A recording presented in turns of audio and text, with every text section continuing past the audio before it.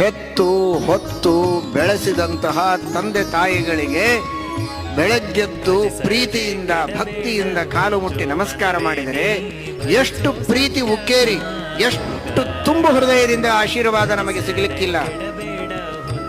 ಆದರೆ ಇವತ್ತಿನ ಕಾನ್ವೆಂಟಿಗೆ ಹೋಗುವಂತಹ ಮಕ್ಕಳು ಎದ್ದದ್ದೇ ತಡ ಎರಡೂ ಕಾಲುಗಳನ್ನು ತೋರಿಸ್ತಾರೆ ಬೂಟು ಹಾಕಿ.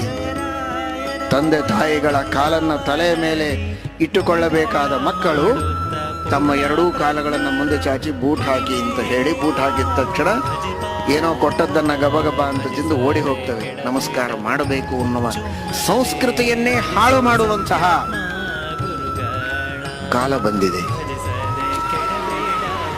ಮಾಡಬೇಡಿ ಹಾಗೆ, ಔದಾರ್ಯವನ್ನೂ ತೋರಬೇಡಿ. ಅಯ್ಯೋ ನಾವೇ ಏನು ಹೇಳೋದು ನಮಸ್ಕಾರ ಮಾಡೋದಕ್ಕೆ ಮಕ್ಕಳಿಗೆ, ಅವರಿಗೆ ತಿಳುವಳಿಕೆ ಬಂದಾಗ ಅವರು ನಮಸ್ಕಾರ ಮಾಡಲಿ ಬಿಡಿ.